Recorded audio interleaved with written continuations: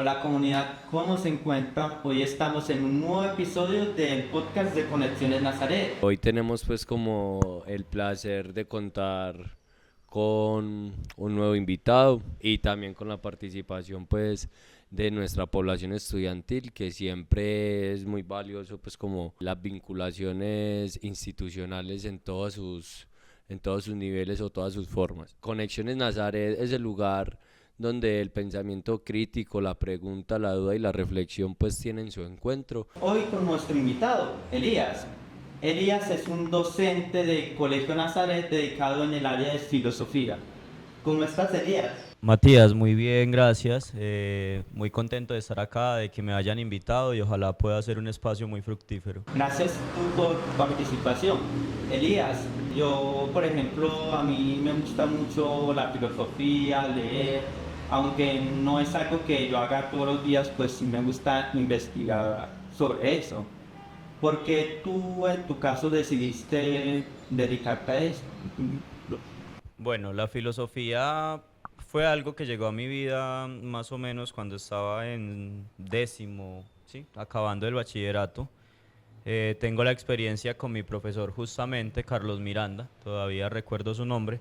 Era una persona joven y con una idea muy amplia de la vida y de la sociedad. ¿Sí? Llega como esa pasión por la literatura, por el asombro, por el cuestionarse, por la pregunta, pero ante todo por conocerse a sí mismo, ¿cierto? Y básicamente como que en la adolescencia uno todo el tiempo se está como cuestionando del quién soy, qué quiero hacer, qué quiero para mí, qué me toca, qué me depara la vida. Entonces de repente va llegando como todos esos cuestionamientos y este profesor me ayuda y comienzo a encontrar en la filosofía más que una profesión, un estilo de vida. Y quise que mi estilo de vida fuera o fuese ser filósofo. Elías, ¿cómo fue tu camino hacia el pensamiento, hacia el desarrollo del pensamiento crítico? Está ese caminar o ese iniciar en la curiosidad y también en el cuestionarse a sí mismo. Y básicamente me voy encontrando con una sociedad que de repente no me satisface, ¿cierto? Es como que de repente te estás dentro de una población, pero no quieres hacer lo que todo mundo está haciendo. Y cuando me comienzo a dar cuenta de que yo no quiero ser igual al resto del mundo, ser un robot más o un ente más dentro de la ciudad en la que vivo, el país en el que vivo, comienzo a generar cierta crítica y cierto pensamiento crítico pues directamente como hacia todo ello, ¿cierto? O sea, no quiero ser igual al resto del mundo que simplemente tiene como un ciclo natural.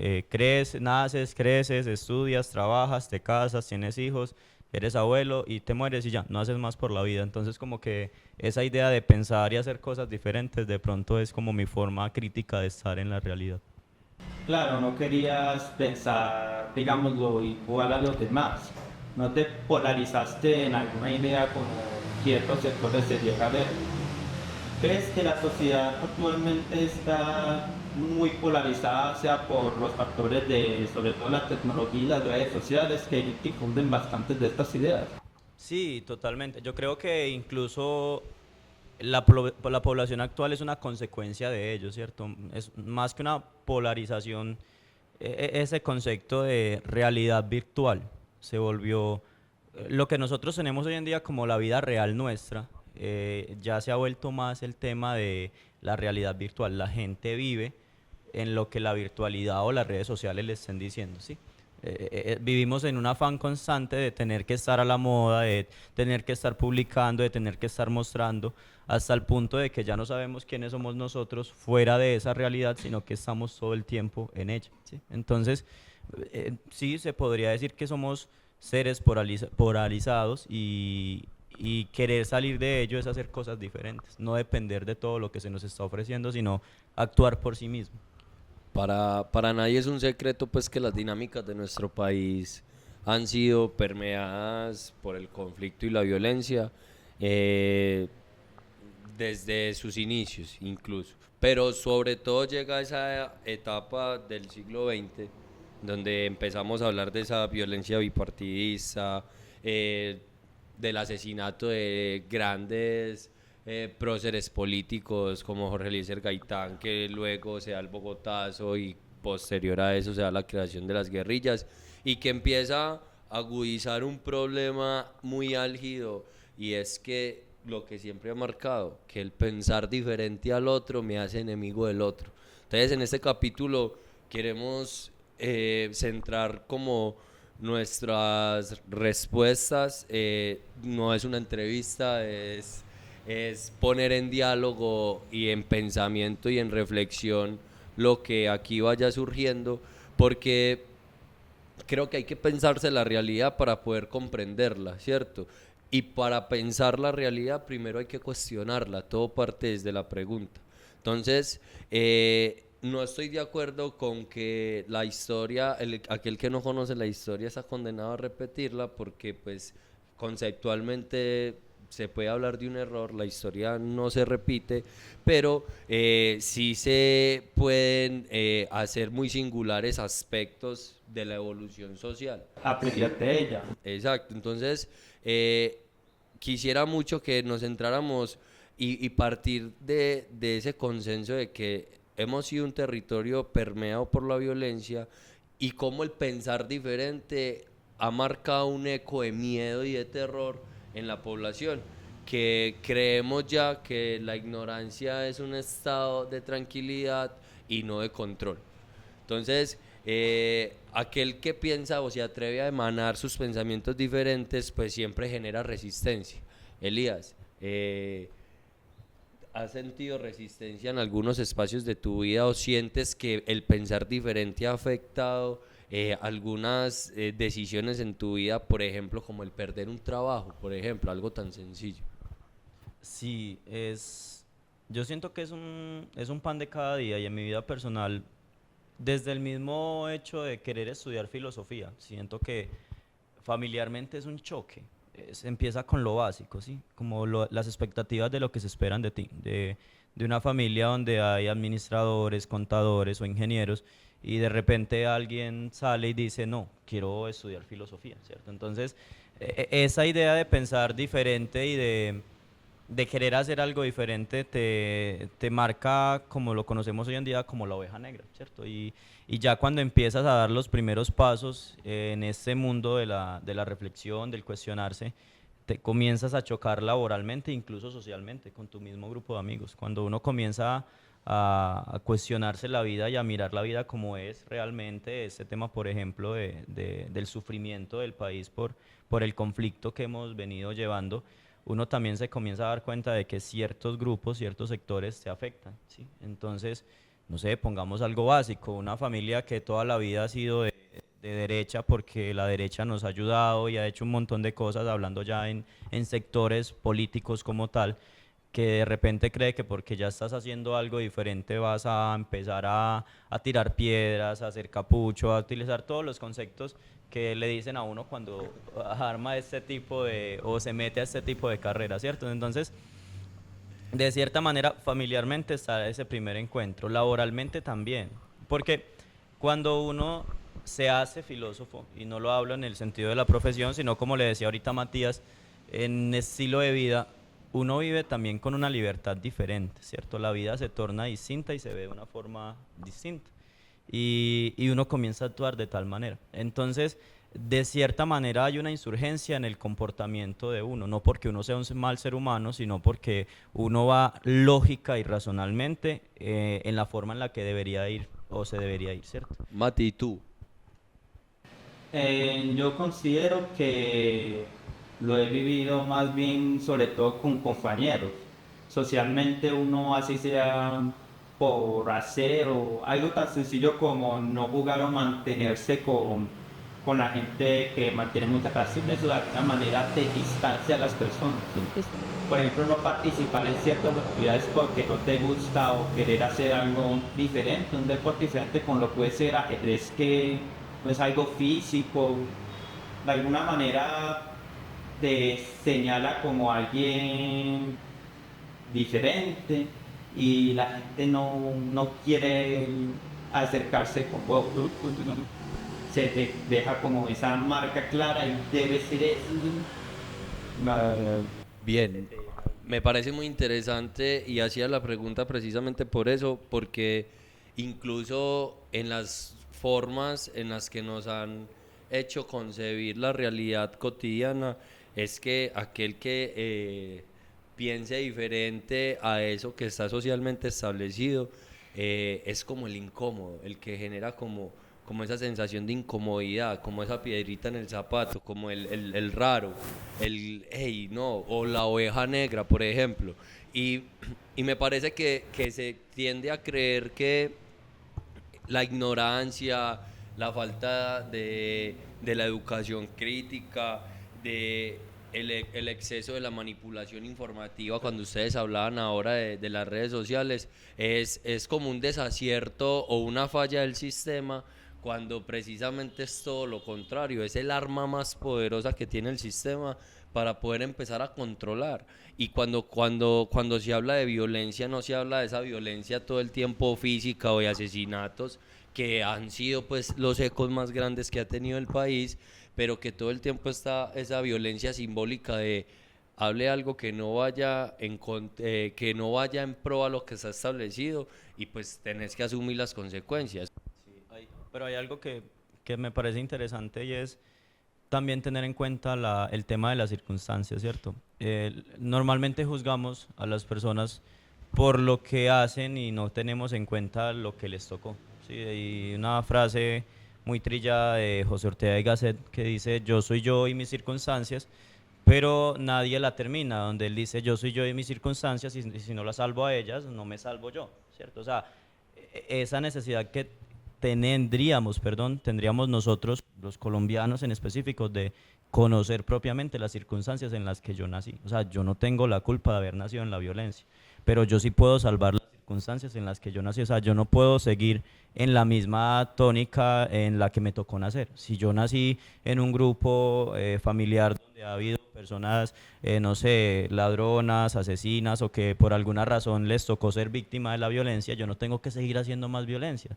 Entonces, a veces se nos olvida salvar las circunstancias, ¿sí? Yo no tengo la culpa del lugar y el problema con el que haya nacido cultural o socialmente, pero sí soy responsable de salvar esas circunstancias en las que básicamente estoy viviendo. Pero a nosotros siento que nos falta dar ese paso, porque básicamente somos una sociedad que tiende mucho a la queja. En vez de luchar contra las cosas que me están afectando, básicamente lo que hacemos es quejarnos y pedir, quejarnos y pedir. Todo el tiempo estamos como victimizándonos, y cuando alguien quiere hacer algo diferente lo juzgamos. Entonces ahí entra como toda esa idea circunstancial. Nosotros no salvamos la vida y el pedacito que nos tocó para resurgir, sino que nos quedamos esperando. Y siento que de cierta manera eso es lo que ayuda a que no salgamos adelante. Claro, alguien más debería encargarse de los problemas del país, porque nosotros como sociedad no nos unimos para combatir ciertos problemas de violencia y otros que hemos tenido, y siempre de alguna manera dejamos ese cargo por una persona debería hacer eso, no encargarnos nosotros como sociedad ni preocuparnos por la situación que nos vivimos.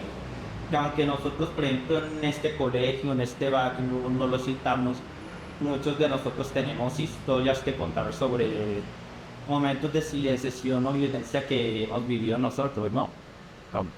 Muy bien, sí, me parece muy interesante llegar a estos puntos, porque creo que eso hace parte de esas falsas narrativas que se tienden dentro del mismo, de esa hegemonía del poder, ¿cierto? Que son esas narrativas que nos instauran como nación, que nos construyen la identidad nacional, y que a su vez, pues, al ser sujetos pertenecientes a una sociedad, que somos garantes de una cultura y de un contexto, pues obviamente crecemos con esa permeabilidad todo el tiempo de esas mismas acciones que nos generan el pensamiento, sea rutinario, sea derecha, izquierda, sea religioso, no creyente, etcétera, ¿cierto? Pero que sí está la responsabilidad de, no somos culpables de lo que pensamos, pero sí estamos en la total responsabilidad de transformar lo que pensamos, ¿cierto? Y que a eso voy yo cuando vamos a estudiar la historia, porque la verdad es incómoda. La verdad es incómoda, pero la mentira es peligrosa. Y eso se ve en un país como ustedes lo mencionaban al inicio, cuando daban la presentación, de polarización, de división, de que Elías decía, bueno, ¿y cómo transformamos nuestras realidades? Pero si desde instrumentos del poder la división es el instrumento más fuerte de manipulación social, porque el país ha estado dividido desde épocas de bipartidismo o incluso se puede hablar de antes porque en la hegemonía de la colonización se hace la ruptura de una vez de un bando o el otro y eso se extiende al bipartidismo con el conservador y el liberal, luego ya mutan esos nombres o esas formas de mencionarlos que ya es izquierda y derecha y todo esto, pero hasta qué punto entonces la división nos va a coartar primero la libertad de pensamiento y segundo, hasta dónde se va a llegar. Ese uso de las falsas narrativas que siempre nos han instaurado para poder justificar esos actos violentos que todo el tiempo se dan en un territorio como nuestro país, es lo que hace que la gente siga naturalizando la violencia y siga siendo parte o potenciar esas dinámicas de acción violentas. Claro, de alguna manera nos controlan todo este tema, sobre todo la información. La información hoy en día cada vez, digámoslo, está más a repercusiones políticas o de alguna manera modificada para cumplir ciertos o meterte cierta idea. No, te meten, por decirlo de alguna manera, con todo esto de la información, el internet, las fuentes de información cada vez son menos confiables. Claro, detrás de solamente informar en un punto neutro, de alguna manera se está llevando esto a informar para ponerte un pensamiento. Debes pensar de esta manera porque los que piensan diferente están cometiendo cosas malas. Eso se puede ver en las noticias, periódicos. Lo que pasa es que el tema del pensamiento es muy complejo. O sea, Mujica decía algo tipo que si no vives como piensas, terminarás pensando como vives. Creo que es así, sí. Y yo siento que ahí se resume todo lo que han dicho ustedes dos en este espacio de tiempo en el tema de la polarización, del tema de los sectores políticos y el tema pues de los sectores económicos. Nosotros tenemos una visión muy utópica de la vida que a veces es buena, ¿cierto? O sea, cuando yo quiero pensar en que voy a salir adelante y me comprometo a salir adelante, estoy básicamente viviendo como estoy pensando, ¿sí? Pero cuando hago todo lo contrario, los actos que yo hago en mi día a día de mediocridad, de seguir la corriente, de seguir lo que haga todo mundo, de tomar noticias amarillistas y no ir más allá, sino simplemente quedarme y decir, es que mira, si ve, otro corrupto más, por poner un ejemplo. Entonces básicamente dejo de pensar y simplemente mi pensamiento se aplica a lo que estoy haciendo con mi vida. No sé si es clara la idea, pero es eso mismo, ¿cierto? Entonces el pensamiento se coacciona cuando yo no soy capaz de cambiar la estructura de mi vida. Si yo simplemente soy un ser humano más que está en una sociedad y no es capaz de hacer nada porque su vida sea diferente a los 51 millones de colombianos que ya tenemos, entonces no estoy haciendo nada tampoco con mi pensamiento. Yo creo que alcanzar eso se puede hablar de una cúspide en el pensamiento humano, porque es que conectar el lenguaje con la acción y el pensamiento, creo que ya eso es alcanzar literalmente una punta altísima de un grado de conciencia para vivir, porque creo que todos estamos en esa lucha constante de conectar lo que pienso con lo que hago y digo. ¿Cierto? Porque todos en algún momento nos hemos sentido de que hemos traicionado lo que hemos pensado, lo que hemos dicho o incluso nuestras mismas acciones han ido en contra de todo eso establecido propiamente. Entonces, creo que ahí también entra algo muy importante y lo mencionaba Mati, lo mencionabas tú, Elías, cuando hablaban de las redes sociales y de la cantidad de información que todo el tiempo recibimos ahora con, con todo. Por ejemplo, plataformas como TikTok, que cada cada video te meten mínimo de 30 a 2 minutos, de 30 segundos a 2 minutos, gente hablando casi que en por dos, y te meten un montón de información todo el tiempo. Entonces, siempre lo he pensado como que sí, las redes sociales nos dan voz porque también se visibilizan muchas cosas que de pronto mantenían silenciadas, pero que tampoco generan criterio. En el sentido en el que se instrumentaliza tanto también la información que entes de poder o que personas con intención de muchos frentes económico, social, violencia de género, luchas de minorías, un sinfín de temas que se pueden encontrar en redes sociales y que, o sea, ¿cuál es la intención de que yo quiera que usted consuma la información que yo le envío? Ahí hay un direccionamiento ideológico, entonces también una coartación del pensamiento, porque hay personas que literalmente, hoy por hoy, la fuente de información ya no son las noticias, ya no es el periódico, Son las redes sociales. son las redes sociales, y que son redes que no fueron creadas como espacios noticiosos, pero que como se volvió la realidad virtual constante de la sociedad, y que después de la pandemia eso se potencia muchísimo más, que se vuelve el espacio de sociabilidad o de socialización principal de la misma sociedad, valga la redundancia. Desde ahí se volvió el punto o el foco de control social más grande que puede haber. Entonces, no es la información lo que nos hace libre, sino más bien la capacidad de cuestionarla. ¿Qué hacemos con esa información que constantemente nos llega? Y a nuestros jóvenes, tanto estudiantes, es algo que yo también le he admirado mucho a mi par académico Elías, y es que siempre partimos en nuestros espacios de que se cuestione mucho lo que se dice, lo que se hace y lo que se piensa, desde todos los frentes. ¿Quién te está diciendo? Vos te estás leyendo un libro, pero ya sabes quién te lo está diciendo.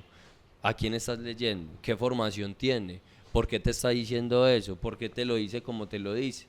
¿Cierto? Entonces, siempre creo que la capacidad de aprender a discernir la información que constantemente nos llega nos da la capacidad para cuestionarla, comprenderla, analizarla, y ya sea o cambiarla o intentar ayudar a interpretarla a otro, ¿cierto? Entonces, creo que las redes sociales marcan un eco muy, muy grande y hacen una fractura muy grande en la capacidad de generar ese autoconocimiento, de ese cumplimiento, de esa conexión neurolingüística para poder ejecutar dentro de un plano real como sociedad. Sí, yo creo que el tema está en saber utilizar las redes sociales con criterio, ¿cierto? O sea, ¿qué criterio tengo yo al momento de ingresar a una red social? Porque normalmente lo hacemos como una forma de salir de la realidad, ¿sí? No lo hacemos como una forma de alimentarme, sino de salir, de evitar pensar, ¿sí? Yo lo hablo mucho con algunos de los estudiantes cuando me abordan a decirme que tienen un problema. Entonces, yo le digo, ¿qué haces para reconocer tus emociones? Y ellos me dicen básicamente como, no, pues me pongo a ver videos, me voy a dormir, o sea, no son capaces de afrontar porque Miro a ver qué me dice Westcol. sí, literal. Y se pierde la esencia porque no hay un criterio en el Propio. cual, sí, en el cual yo pueda decir, yo soy esto, ¿sí? Y a partir de eso puedo encontrar la forma de ayudarme a mí mismo. O sea, yo tengo que rescatarme de todo lo que está sucediendo a mi alrededor.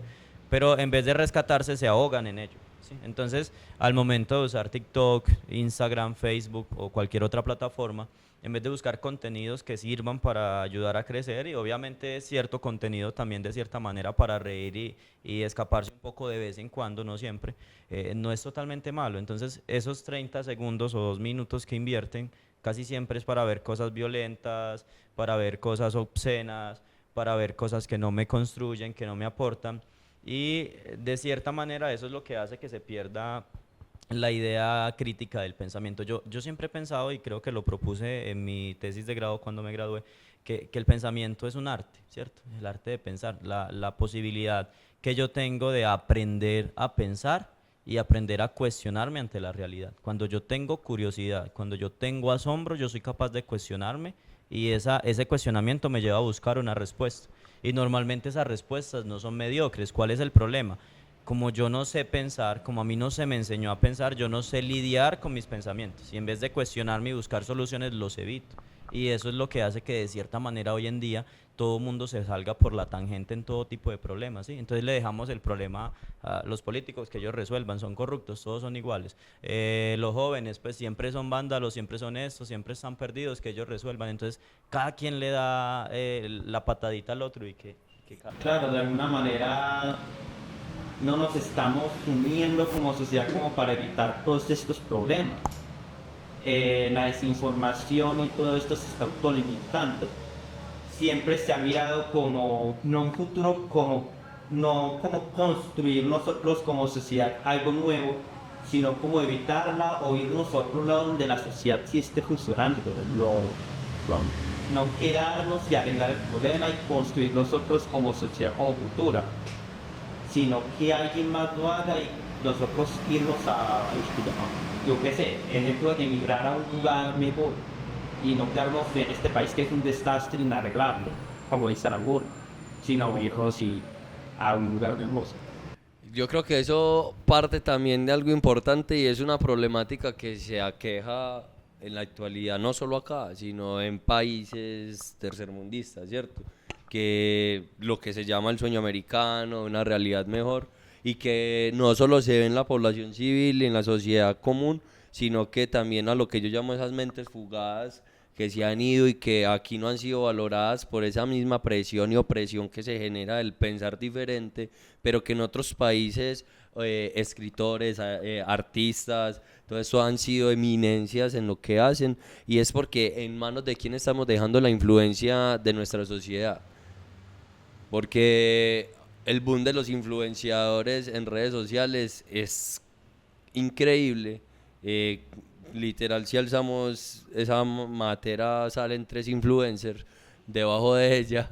Entonces, ¿cómo estamos permeando a nuestros jóvenes o a nuestra sociedad de manera tan influenciable que todo lo que creen ver, incluso fake news, de esas fake news pues que aparecen todo el tiempo para controlar, confundir y dividir, se lo creen, o depositar literalmente la influencia de mi pensamiento en una persona que simplemente expone su criterio ante una cámara y que es seguido por millones de personas, y que esa exposición que esa persona hizo, de pronto a veces sin querer ser ejemplo o a veces sin querer influenciar, sino por una metodología financiera, por conseguir dinero, porque sabe que lo que está diciendo va a generar views, va a generar contenido, va a generar viralidad, como se llama ahora.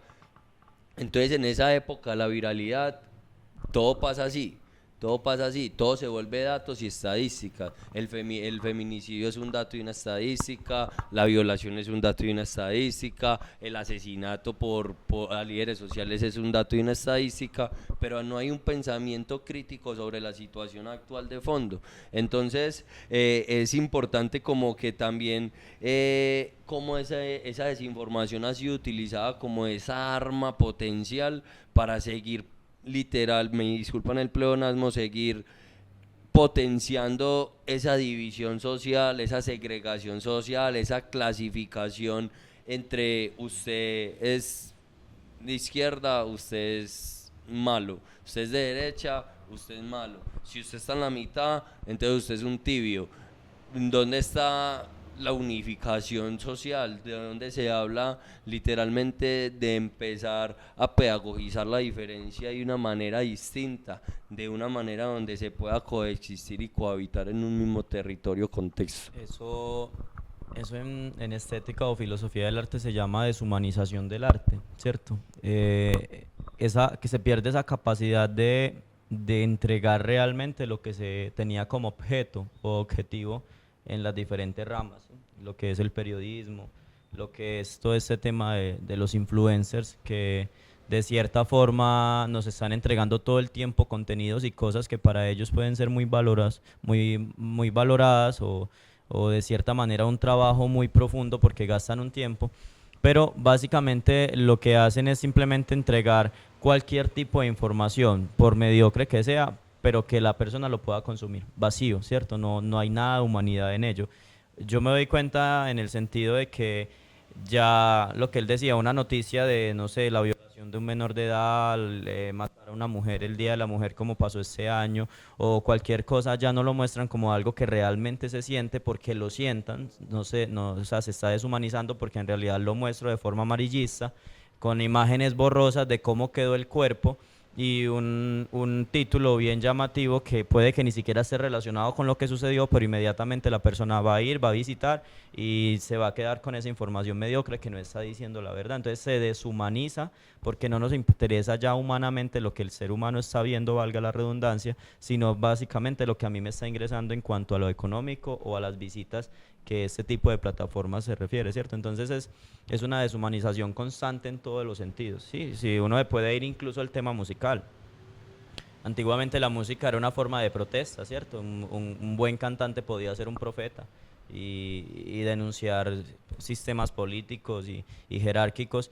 Y hoy en día, con tres frasecitas grotescas o guaches, básicamente ya se está generando arte que en realidad no lo es, ¿cierto? Entonces ahí se entiende un poco como eso a lo que quiero llegar, se deshumaniza cuando muestro lo que no es, se deshumaniza cuando hago llamativos títulos que no son tan llamativos cuando no están diciendo la verdad y cuando desinformo para que la sociedad esté confundida. Y por eso nos polarizamos todo el tiempo, porque no sabemos en realidad quién está diciendo la verdad. Es muy difícil hoy en día saber quién dice la verdad, porque cada quien quiere tener la verdad de lo que está escuchando. Exacto.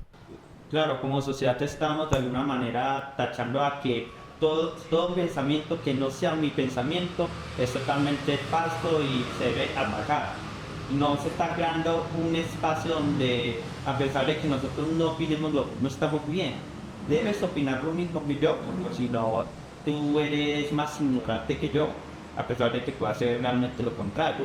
Yo creo que como sociedad deberíamos crear espacios donde de alguna manera se acepten naturalmente ideas, aunque no estemos de acuerdo con ellos. Ya para ir como dando cierre, comunidad, como siempre, quedamos con muchas más preguntas de las que nos sentamos acá. Esto apenas es un abrebocas para seguirlo desarrollando posiblemente en futuros espacios dentro del podcast.